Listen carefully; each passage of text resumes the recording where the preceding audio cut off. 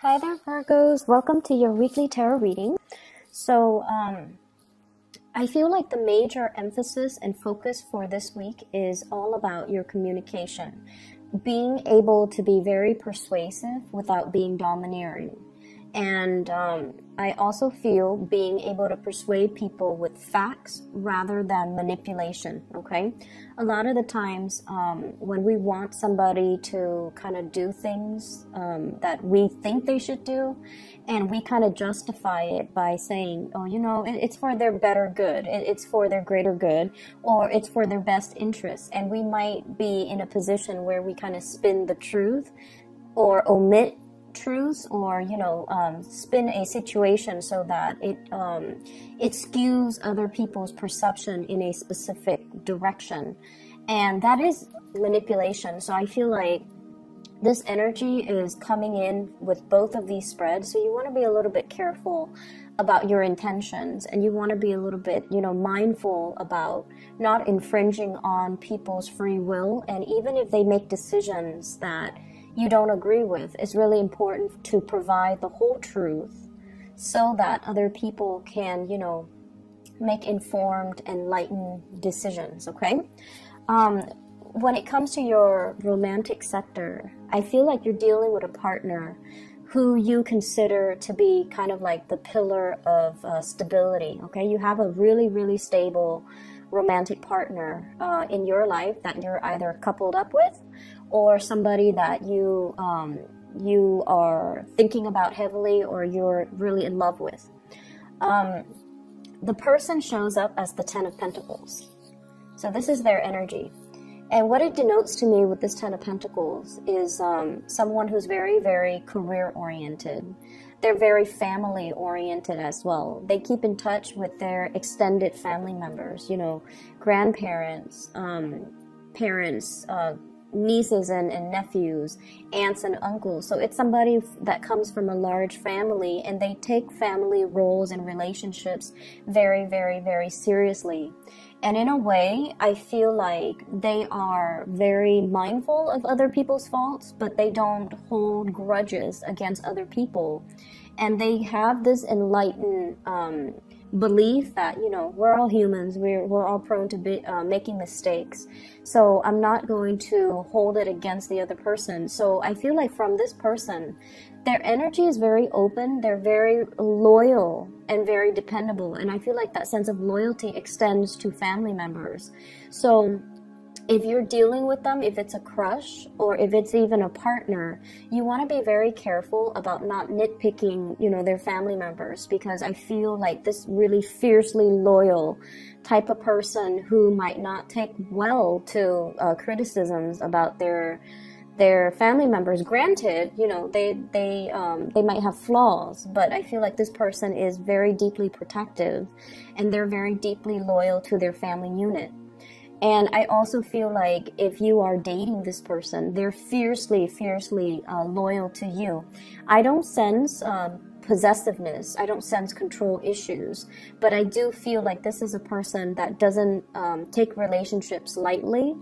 And they might not have dated around a lot. So I feel like somebody who's a late bloomer, somebody who, really believes in the institution of marriage, and they're a little bit more old school, a little bit more traditional, and I feel like they do want to embody the traditional gender roles or the traditional family value where one person's the breadwinner, the other person takes care of the kids.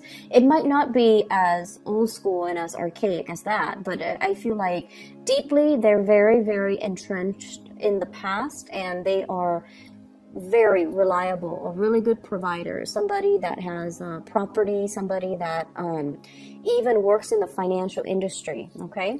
I also feel if you are, this is your energy coming to the table. This is how your partner views you.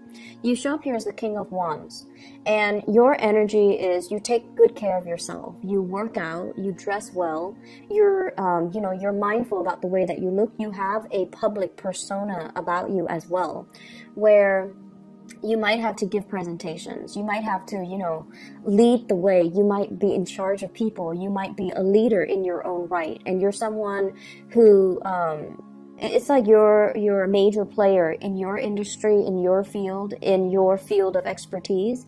You have a lot of knowledge, and you're kind of like that career climber, where your position is very set and you're due for promotions next year and then the year after that. So you're very, very financially established, and they like the fact that, you know, you get things moving for yourself.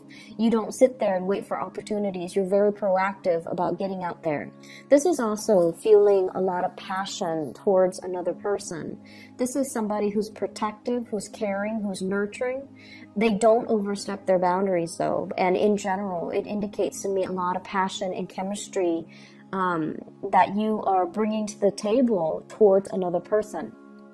If you are dealing with an earth sign, a Taurus, a Virgo, or a Capricorn, I feel like there might be communication issues coming into the picture, and your partner might be very slow to act. You know, with the nature of the Ten of Pentacles is that they're very, very methodical. They're very risk adverse.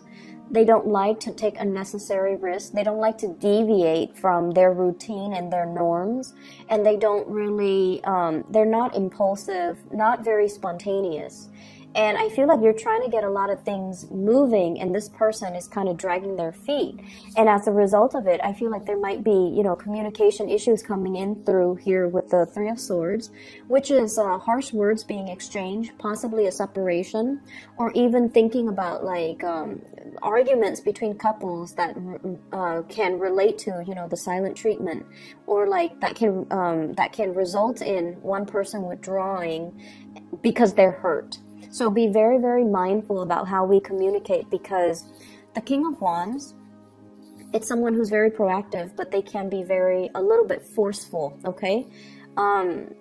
If you're dealing in particular with earth signs, I feel like, you know, want to tone down on the teasing and the communication, and make sure you communicate from a space where you're understanding of their slowness to act, that you're also, you know, a little bit more understanding of their willingness or their unwillingness for change, okay, to make like rapid sweeping change in their lives.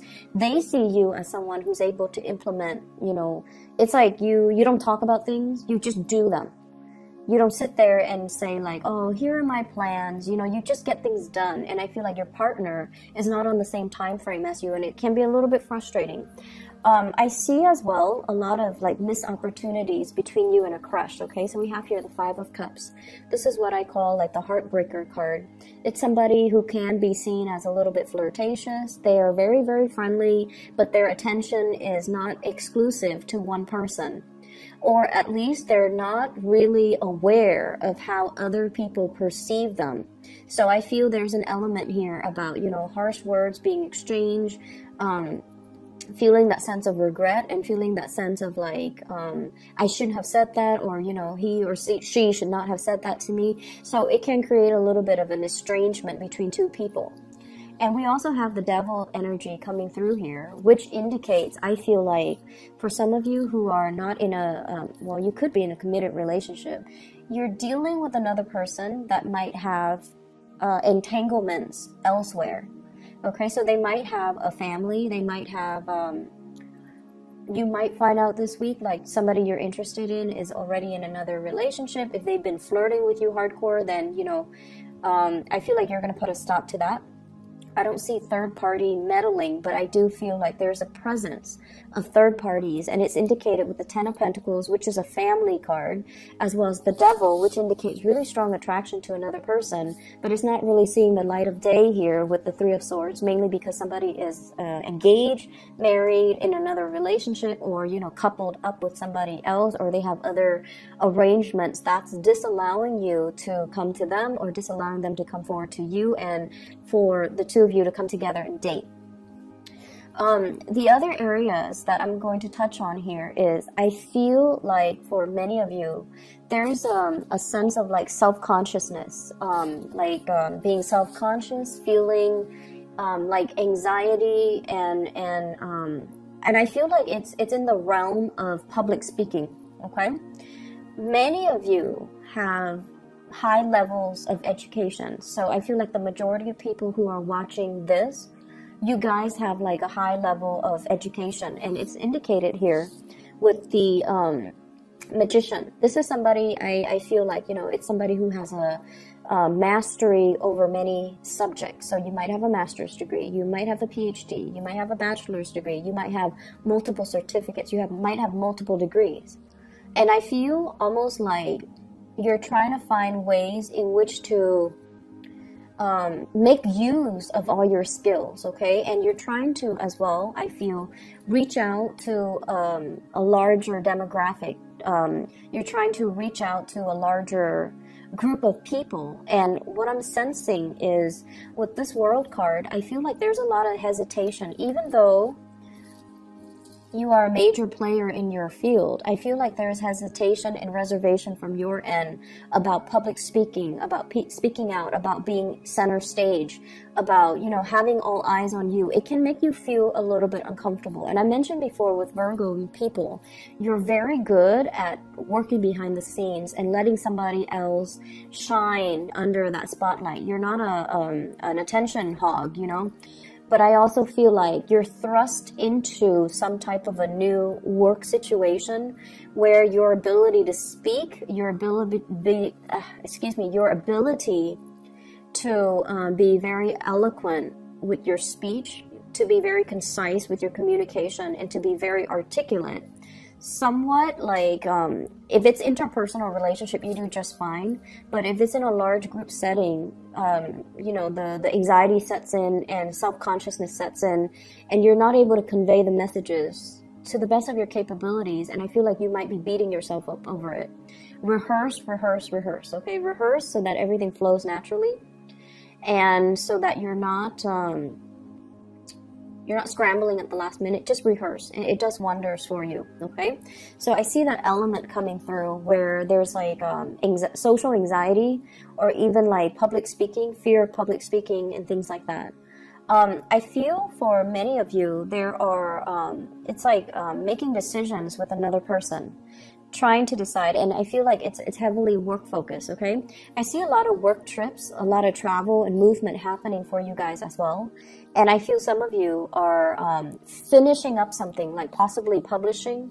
You're trying to get people to publish it, or you are trying to attend like conferences where you have to, you know, talk about what you just published. And then I also feel people finishing up something, possibly finishing up with school. And then traveling to, you know, for job interviews, traveling to try to find financiers or funding for some type of project. It's going to be a very busy week, but I see this big element about you rubbing elbows with people that are also major players in their field, and they're going to be able to give you a lot of assistance, a lot of technical expertise, and it's going to really help you overcome a lot of these issues, okay? So I hope the reading is helpful for you guys, Virgos. Take care of yourself, and I'll be back next week, okay? Bye-bye.